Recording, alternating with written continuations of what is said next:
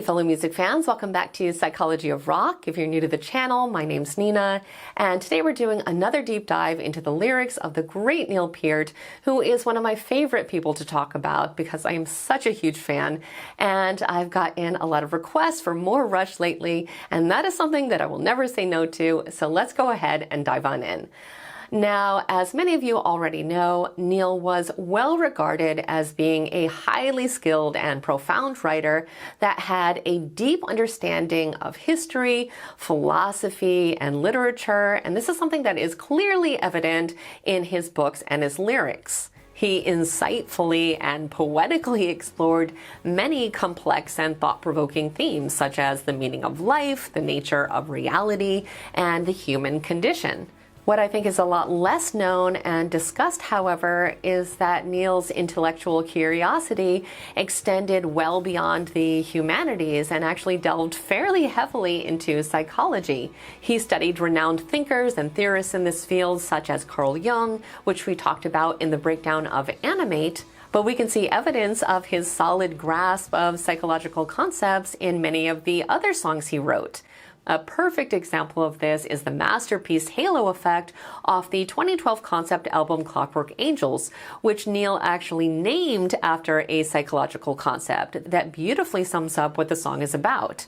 So today I want to go through the song line by line and talk about what the halo effect really is and how it can unconsciously affect us and our decision making, and of course how Neil brilliantly illustrates this concept in the lyrics. And as always, a quick reminder that this is just my own personal analysis. I am in no way attempting to speak for the band, and with any work of art there can be multiple valid meanings and interpretations, including whatever the song means to us personally. So with all of that being said, let's get into it. Now, in a nutshell, I think the song itself describes how the protagonist creates this perfect image of someone that he falls head over heels for, to the point where he refers to her as a goddess with wings on her heels. He projects everything he wants to see in her, only to be ultimately met with disappointment when he realizes that he's simply fallen in love with his own delusions. What Neil is describing here is an almost textbook definition of what the halo effect is and how it can completely skew our judgment. In psychology, the halo effect refers to a cognitive bias where a positive impression of a person in one specific area can color our perception of completely unrelated traits. Now, physical attractiveness is typically a huge part of this. When we feel like someone is good looking, we can naturally associate them with other positive qualities like intelligence or kindness without any evidence to back it up. However, the halo effect can certainly extend beyond appearance. For example, we might assume that someone who is well-spoken is also honest or credible, or that someone who's really charismatic is a lot more talented than they really are.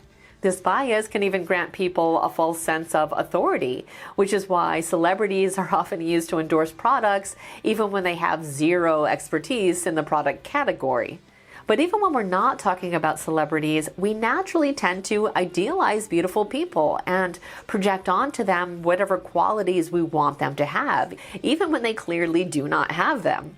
I think naming the song after this phenomenon was a brilliant move by Neil because it helps us to understand the central theme of the song before we even hear it, and it clues us into the psychological underpinnings of the lyrics. But we get further clues in the introduction that says, I had fallen helplessly in love with one of the performers. She was so different from the girl I left behind, and I was beginning to understand I had only pretended she was right for me. I pursued my beautiful acrobat obsessively until she let me be with her. Then I suffered her rejection and contempt. Once again, I had created an ideal of the perfect soulmate and tried to graft it onto her. It didn't fit. Such illusions have colored my whole life. Then Neil opens the song with the protagonist questioning his judgment and acknowledging his mistake, saying, "What did I see? Fool that I was." He goes on to describe his initial perception of this woman as a goddess with wings on her heels, but then says, "All my illusions projected on her, the ideal that I wanted to see." So he's showing that this version of her was just a fantasy that clouded his judgment and prevented him from seeing her as she really was. As the song progresses, he talks about how his friends, who were not blinded by this idealized image, could see what was going on. They recognized the flaws in this woman and knew that it would all end badly. He says, "What did I know? Fool that I was. Little by little I learned. My friends were dismayed to see me betrayed, but they knew they could never tell me." So here he's admitting that his friends could see this betrayal coming from a mile away, but they couldn't say anything. He either wouldn't have believed them, or it would have just ended up ruining the friendship, because he would have, of course, sided with the woman that he's convinced himself that he's in love with. I think these lines really highlight the power of the halo effect to distort our reality and cloud our judgment. It can get to the point where everyone around us can clearly see what's going on, but we're just too enamored to believe it or even care. In fact, he goes on to explain this in the next verse that says, "What did I care, fool that I was? Little by little I burned. Maybe sometimes there might be a flaw, but how pretty the picture was back then." I think these lines kind of have a double meaning, where he might be alluding to her physical attractiveness, but also the broader meaning of the romanticized image he had in his mind of the relationship itself that did not reflect reality. It seems like he's saying that the mental image he constructed was so appealing to him that he was able to overlook her flaws and imperfections and just continue to buy into this false sense of perfection. Again, it's just a beautiful illustration of how the halo effect can completely overshadow our rational mind. But the ending verse, which he repeats twice, shows that he now understands what is really going on, and that she never was the person that he wanted her to be. He says, "What did I do, the fool that I was, to profit from youthful mistakes? So shameful to tell how often I fell in love with illusions again." So he's admitting here that he's fallen victim to this multiple times throughout his life, where he's just really infatuated with his own delusions instead of an actual person. I think it also shows that he has self-awareness now and that he understands what's really been happening. But I think it's interesting that Neil ends the song with a repeat of the line, "A goddess with wings on her heels," because I think it hints at the idea that maybe he's still thinking about her, and maybe, even though he knows better, he can't fully let go of this idealized image of her. I think it's a really poignant way to close the song because it's just so human and real. A lot of times we can mentally understand something, but we can still be seduced by an illusion or let our emotions override our better judgment. And that's one of the things that I really love about Neil's lyrics. They are just so relatable in that they showcase how complicated the human experience is, and how no matter how different we may be, we all go through a lot of the same things because of how our brains work.